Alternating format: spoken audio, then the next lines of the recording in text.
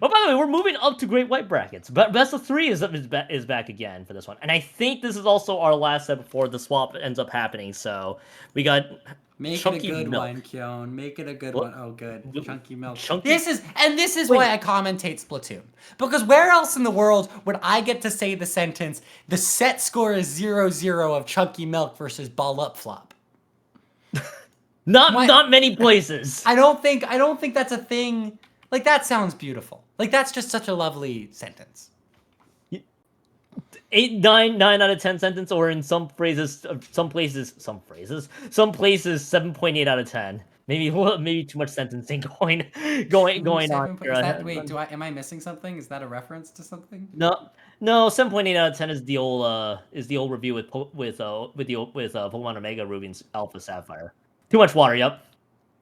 What is happening? Why is what? Okay, Splat Zone's Urchin Underpass, Chunky Milk, Ball Up Flop. I'm Brushstrokes. Join with me is Kyon. It's Great White Bracket on Swimmer Sync number 213. Wow, what a sentence! I'm honestly, I'm lost at sea here, Kyon.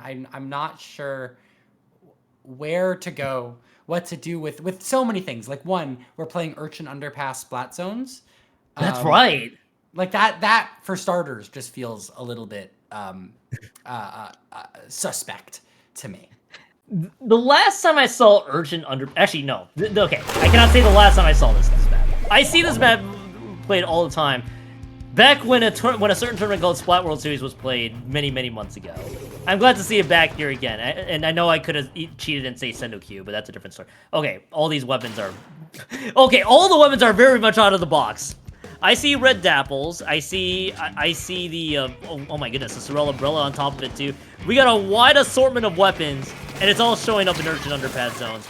By the way, Ball Up Flop, I believe, is going to be on the blue on the blue side. Yes, and then Chunky Milk's on yellow. Okay, there's a lot to digest here. You don't get to say there's a lot to digest and throw it to me like I'm gonna bail you out. I have! Dude. Nerdy Adam here, finally finding some utility on the right side, though they're gonna go down to a jump out. Num of 4 going around the right side. It's just flanked with tin, and look at these dapples. These squid beacons here are so powerful on this map. It's so large, having ample places to jump into and get things moving is such a luxury on the tonight.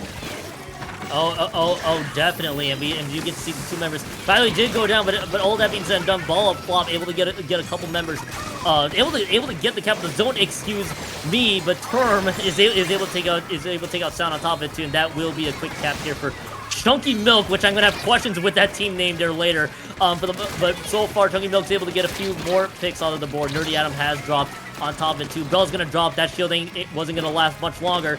Noth and everybody else having to retreat here for Ball Up Flop, as Chunky Milk still holding on to Dear Mike. Mob was trying to pretty much be stuck in no man's land there. There wasn't much blue ink around them. Had to retreat, and all of a sudden Chunky Milk is going to be close to the halfway marker here. Brush 3:30 left to go on the clock. Both teams past the halfway point, and that's Chunky Milk with the lead. No picks coming out for Chunky Milk. There were nice cancel there in the nick of time to save them on the cap now. Ball Up Flop rotating back around, trying to find a way back in. Penalty or points still ticking. 20 ticks to go. Nothing here for Ball Up Flop to find a way in, but out of nowhere, a cap is going to save them. What happened there? A lot of pain, a lot of pain just being thrown into the turf. It's a very small. It's kind of a deceptively a small zone initially when you look at it, but then once you get closer, any special being used will get capped the zone just in the nick of time, and that's what Ball Up Flop really needed if they're able to make this one count. Now, seriously, with Chunky Milk, they got 2 specials to work with here. One of them out of the picture here. There's going to be a hammer that could be used, but they may look to just keep it, and just wait for the right time to strike. It is going to be gaming here. By the way, with that mini, that's one with the hammer. They're not able to use it because Nerdy Adams catches them from the different angle there. Tin is now waiting for the right time to strike here as they're slowly moving forward. Nobody sees it right now. Now we can see Tin with the shark and red dabbles, but they aren't able to take advantage here and brush all the opportunities for Ball Up Flop. Does not seem to net much here. They will be able to get points, but that Chunky Milk still retains the lead. Cap now flipping Chunky Milk. It's Hyper Laser with the roller. Pop that bubble now, looking for something off of it. path, though, being disputed in zone. They gotta be careful. Look at them dance around the zone itself. No one quite wants to go straight through it. It's such a dangerous place to be because you'll be like hyper laser there going down. Blue ink splatting everywhere. It's ball of flop now the other way. What a back and forth game here as looking for the flank is Nerdy Adam. Pisto trying to defend it. The wall goes up now. A 1v1 on the top left. You gotta think what's happening down in pit to stop people from holding forward. That's exactly what you have. Is that you got one member investing left, and everybody's just trying to slowly move forward. They get the other member that drops on top of it. He was just using the ultra stamp to just paint over the zone and then toss it, which they take out Knopf. They got a glimpse of Knopf, and then just throws it in that direction. That's exactly how you get some of the picks that you need. And ball of flop, by the way, 3-member dropping. That is a great opportunity for them to move forward. And only special, which isn't gonna net to much, is the killer whale, which will give them information if they can make advantage of it. If anything, it's gonna displace them here soon. Knopf is gonna be the one probably sharking here soon, but they're gonna be surrounded by all the yellow paint. They get one, and then another member drops from the other side of the map. This is gonna be the lead change here. Brushed with every game taken out here. Ball of flop in a pretty much a very sustained battle. They may be looking for the KO. This should be coming up here shortly, and that will be the 1-0 start for Ball of Flop as they wrap up Urchin. Yeah, I mean, what a difficult map. Not just for the players, but for, I think, everyone involved. It is rapid fire. It is somehow both large and small. It is, I mean, just so radically different from all the other maps in this game in how you must defend. So I want to say, look, Ball of Flop showed us X, Y, and Z in their playstyle and the back and forth and the grit and the bearing it. But look, it could be anyone's game moving into Crab Leg Capital. It could very much be anyone's match in Crab Leg Capital zones here. Ball of Flop only needing one more victory. At least move on further in the Great White brackets.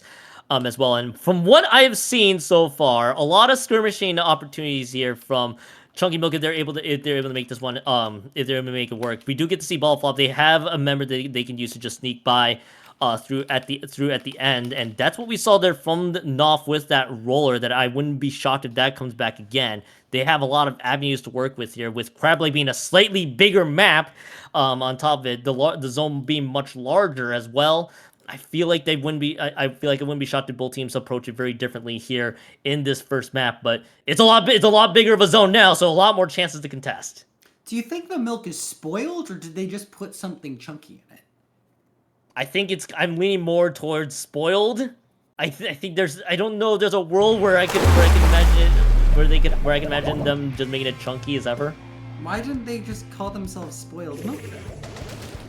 There's a lot of. Wins our producer goes, cause it's funnier. And you're right. Who am I? That's right. To be the damper on the humor. You know what? You know what? Sometimes humor just wins all every time. The more logic you prevail, the less funnier it gets. Words I think I'm gonna have to say every time here. By the way, we got a Forge Pro and a pencil mirror on top of it too. A lot of paint, a lot of blue. And a carbon mirror. The difference here is Umbrella versus a Nautilus. What? And I mean, honestly, that matchup might be hard to say. Yeah, that's actually very true. So it took me a hot second there because I know there was just that one roller, but no, we go from one. I don't think there were any mirrors in the previous one. There were 3 mirrors now, so I'm curious to see how the Umbrella and the Knowledge changes anything, but this is going to be which weapon just performs better than the other. Nice Sharky, by the way, from Laser. Able to catch it with the unsuspecting sound. Pencil drops in. Chunky Milk has a response to your brush. They're past the halfway point, and they're looking to see if they can keep this one going. Term over-aggressive with that Umbrella. They're going to go down now. 35 ticks remains. Ball up flop, popping a special. Trizuka looking for utility. Gaming going down, but finding a quick trade is that? And 20 ticks remain. Player advantages for Chunky Milk. And no one is near the zone. It's the Carbon Roller. No of 24 looking for a way in. Not going to find a pick quite yet. Juice comes out for Chunky Milk. 3 ticks remain. No one's there. Pink comes down from the pencil, but it's not enough. And a quick win there. Chunky Milk has tied the set. So a lot of things going horrendously wrong, especially with the Booyah Bomb placement that Vol flops, throws the Booyah Bomb on top of the grates above zone, which gets no paint over it, and then you get the little sprinkler above it to just reinforce it with additional paint. The Booyah Bomb, I imagine, being used to see if they can get additional cap of the zone, but with it being thrown up top, you don't get any sum of the paint around that zone whatsoever. It keeps the paint fresh for Chunky Milk. And that's how, and with that in mind, they can keep playing as aggro as ever. 1-1 tie, game 3 coming up here, and it's ship cargo coast zones, which this can get interesting in a hurry. I mean, look, I think that crab leg game gives us a much clearer picture into who these two teams are. I've got a couple questions. I've got one. Are we gonna see more of the same composition? I can understand the quick pivot from Urchin Underpass, and now, okay, back to maybe some more bread and butter. The Crab Leg Capital, still, for that matter, is not as a map mode that we see quite as consistently as something like Splat Zone's Ship Cargo, where we see teams play this in tournament after tournament after tournament. So the format here of Splat Zones only going to be definitely changing how these teams are addressing comp building. Now you got to question, okay, well, the Nautilus versus that Splatbrella, what are we going to do better to counter our opponent in what was, you know, essentially a mirror composition? Exactly that. With this week being Splat Zones only, basically all the dynamics definitely changed. No, the tower control clan blitz does not see the light of day, so you have to figure out how do you deal with the opposing team. I can imagine it'll be on a game-by-game basis for the most part, and to many points you mentioned, yeah, there's going to be a lot more thought now, especially if you are playing this particular week. I wouldn't be shocked if they want to stick with the same because they've worked out so well for them. But this map is fundamentally different, so I wouldn't be shocked if we do get changes. Deciding game 3 to see who moves on further, and which team basically gets the early showers here in the Great White Bracket. I think I just see effectively the same set of weapons here. That is the Frozen Pro, the one with the Tenta missiles being thrown into the mix here from Nerdy M. So just a flexible change, to say the least, a different pro weapon, if you will. A lot's going to be decided in the opening here, and a strong lockout on Ship Cargo Co. can be the end before it started. Gaming going down to the Nautilus. That's one pro off the map, all up top. Capitalizing and getting the zone cap. Missiles coming out from Adam. Now, Noah 24 looking for utility with that carbon roller. Going to push all the way up. They can't overextend here. And a pick and 2 coming out for ball up flop. That's huge, but back the other side. It's Hyper Laser. A carbon of their own. 2 picks of their own. And a little bit of brakes can be applied now as maybe Chunky Milk finds a way, puts some water on that fire. They're holding on, and it's their turn to count. So both teams came in with the exact same idea. You had Knopf, by the way, moving forward with that card roll the entire time. But while that side was happening there, Laser was also there as well. Tournament stuck in place. Hopefully nothing bad happening there on top of it as that Brella drops as well. And all that being said and done, Chunky Milk able to get through these points. They should be getting the lead here shortly, even with the 2-for-2 exchange there, to say the least. Nerdy Adam drops, so everybody's gonna be stagnant here. And Tin is moving a little far forward, so they're gonna have to wait for the teams to respawn. They're gonna use Suzuka to pretty much grab the range to get Laser, and that is a disconnect. And that's a purple one down. There's a little unfortunate here, Brush. Yeah. And that is the battle. Those aren't the DC rules. Normally, it is certainly not past 40 on it. Am I crazy? I don't know. I don't know SOS rules off the top of my head. I can tell you in low ink what we do. What? Wings, our producer, gonna come to the rescue here. Find some rules. Let's see what the ruling is here. I wonder if that.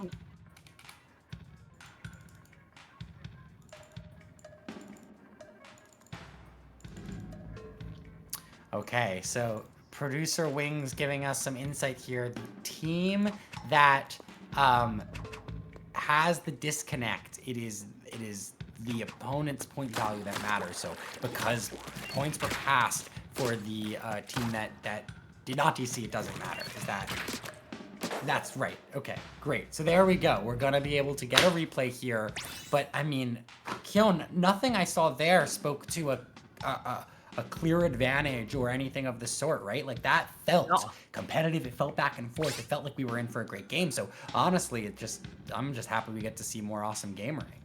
I would love to see. Hey, if they can keep that momentum going despite the quick DC, that's gonna be the big thing here. By the way, shoutouts to Wings, our producer, pretty much on top of of everything there as well, because also it was double confirmed from our also lovely TO Grace, also saying that is also valid. So everybody pretty much on top of it today, say least. But yeah, I want to see this go back and forth. I think it's been entertaining that we saw, especially with this particular map. The only crummy thing in a disconnect situation is all the momentum was built up for that map, and now everybody has to reset and then play it fresh. So it's gonna be intriguing to see how both teams just have to readjust, especially with the disconnected play.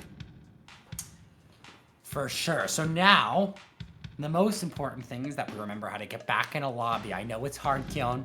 I know it's difficult. Yep. It's truly just, I mean, so it's like you have to first find the pool, and then you gotta open the L bracket. You have to open the video game, and then you have to find the passcode. And yep, in Sendu, it's hard to find. You have to first read the host team and then read the passcode. So you have to read left to right.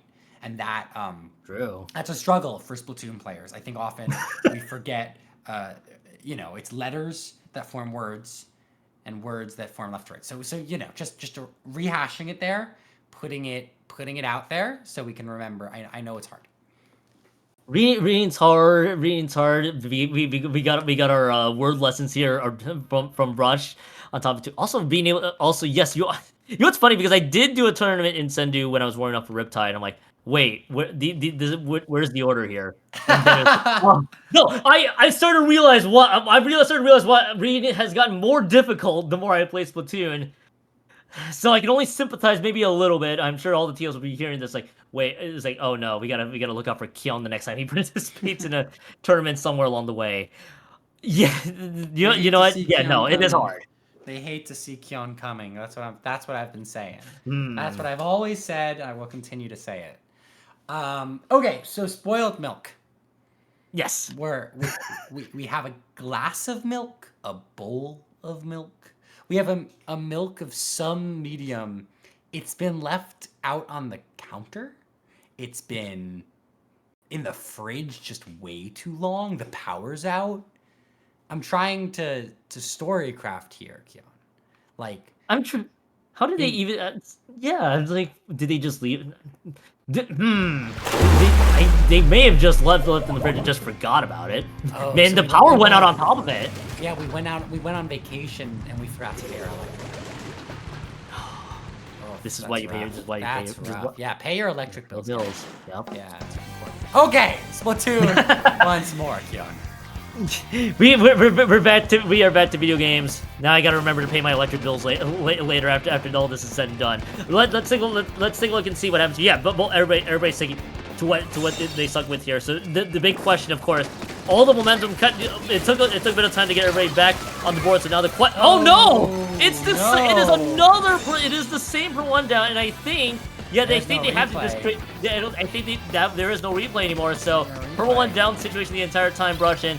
I think at this point, the writing may slowly be on the wall unless we see a miracle. And what does that do to the mental too? Because the last time you were up 20 ticks, and then the DC happened, and now you just started with such a hard uphill battle. I mean, it's so hard in this position for Chunky Milk to stay on top of it. Look at them finding 3. Call that a wipe, not quite. It's just a carbon roller. They have to find them. They're focused on the zone. No, if 24 are gonna find the pick on a Pisto, and they're already backed up for Ball of Flop, so not quite the magic-making moment we wanted to see for Chunky Milk, or at least they wanted to see. Now it's back to where they were a moment ago, back to square one. I mean, look, great job staying alive there from Miller 24. You love to see it for Ball of Flop, staying alive and not letting the snowball happen. I mean, at this point, you just know the writing's on the wall. When you in a perma 3, in a perma 1 down situation, so it's like, yeah, I think we just gotta throw the cooler. It reminds me of the Blue Sky clip I saw where I'm blanking on the team that did it, where they just threw the cooler in very evil locations the entire time. I think that's what the Blues was paid for. It's just unfortunate. That's just how it goes. Ball of Flop takes it home 2-1. you have to play perfect the entire way through, which I thought Chunky Milk was so close to doing, but just nothing there, and that it's just unfortunate, if anything. Certainly an unfortunate way to end their run today. I'll tell you, it's an unfortunate way for us to end our run as casters, but it'll be Ball Up Flop moving up to round 2. They're facing number 5. That's the team name. So no more spoiled milk stories, Kyon. I don't want to keep the audience waiting. They've got a lot of great weight bracket ahead of them. So Kyon, let me ask